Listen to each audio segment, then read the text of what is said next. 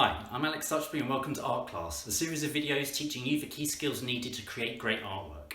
Now today we're going to be looking at creating amazing primary source photographs, something that you will need if you're wanting to produce the fantastic portfolios and project folders to reach the highest levels at GCSE and A level. Let's have a look at our objectives. Can I create my own imaginative primary source photographs using everyday objects? Can I produce unique and dramatic landscapes by creatively using light?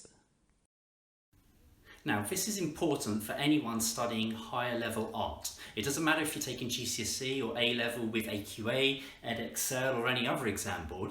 All of them are going to want to see that you're developing imaginative ideas using your own primary photos, not just relying on some other imagery that you've got secondary source wise off, say, Google Images. So you need to make sure that you're creating these imaginative outcomes with the camera first, that you can then take the best bits from and put them into your own compositions. I'm going to try and teach you a few skills today, or show you how easy it can be just to manipulate the surroundings that you're living in, say rooms in your house, in the garden, and using maybe some little objects and ornaments that you have lying around, creating really cool outcomes. If you bring them all together and then consider the lighting as well, because that's really important, we could create some fantastic pieces that you can then focus on and develop into your own work. And that is the goal, showing the progression of your idea to a really successful concluding outcome. Here are some key points to refer to later to assist you with your own pictures. Now, to begin with, let's start with more simplistic landscapes. But there are two things that you must remember. The first one is you must have a good light source. If you can use something like a desk lamp or a bedside table lamp, or even someone else's mobile phone, that can be really successful to create a more dramatic landscape, especially if you can change the colour scheme with that appliance. Secondly, get up close, because you always will find that you'll have a lot of blank space around the edge of any landscape setup that you do. So you want to get in close to that actual layout, because it feels like you are part of it. It feels like you're involved in that landscape. So here's Ansel Adams, a key American photographer. Check his work out sometime. To produce something similar, those high contrast monochromatic images, you can ruffle up the bed covers on your duvet and then take different photos, maybe change the exposure. You have to click on your screen to brighten it and lighten it, but actually the outcomes can be effective. There's high dramatic contrast in these couple of pictures here. Okay, they looked cool, but now let's make it really dramatic. Let's add a little moon to it.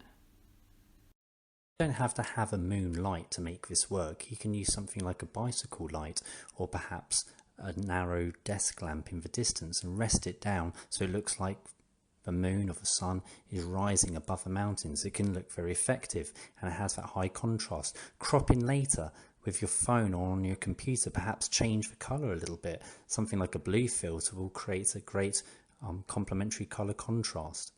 What about a space landscape now? How would you create something flat and smooth, but maybe having this figure element to it as well with a rocky surface? So if you use the gravel in a garden or say your driveway, you could put a little figure like this Lego figure in, and he could act like an astronaut on the moon surface or a Mars landscape and use all the little pebbles like the rocky surface. If you get up close, you can actually get the figure in focus, whereas the background will look blurred. That will help show the depth. Now, building on this flat landscape, adding a little bit more, this war-torn landscape, like the Paul Nash images of World War I and II. So with this one, I've placed the little figure in some, well, shrubs which aren't growing ultimately, but they will look like the burnt, barren trees, and the textured surface underneath looks like the bomb-blasted landscape from the Paul Nash photo and painting. Get someone to help you. This is a key thing, because actually you can then direct them with a composition. So with something like this futuristic landscape I'm doing now from Blade Runner here with all these colours. This is a really fun one because this one you can try if you've got Lego or any other building blocks at home. Build them all together, condense them, get up close, get the lighting so it can be very sort of dramatic, perhaps pull the curtains, get the spotlight shining down the middle of the landscape like it is here, and then you can get a great outcome. Just need to make sure that you get the lighting in a good position so you're not covering anything with any shadows, and also bring all the objects much closer than you imagine they need to be, because you don't want to have any space around the edges or behind.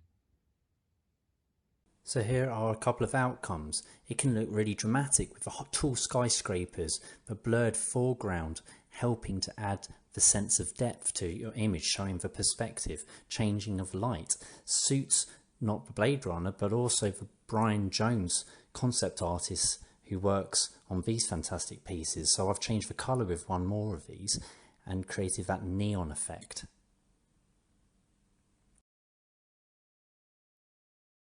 Right, they're fun, but now let's get a little bit more inventive. How could we create a scene from one of my favourite film franchises, Alien?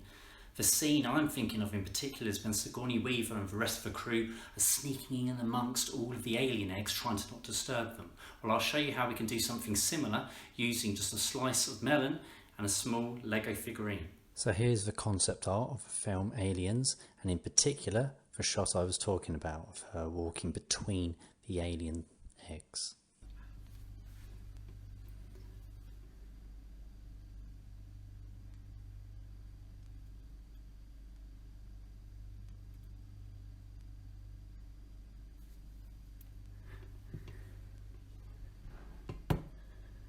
It's important, you have to get up really close to it to get the really crisp, clear shots, because you're trying to give the illusion that actually these people are walking amongst these eggs buried into the ground, not pips sticking out of a melon. So it's all about tricking the viewer into thinking it's something else. So here's the original shot. Then if you put filters on, darken it behind, it becomes more dramatic. Then if you can put a blue filter onto it afterwards, it almost has that hazy look from the original film.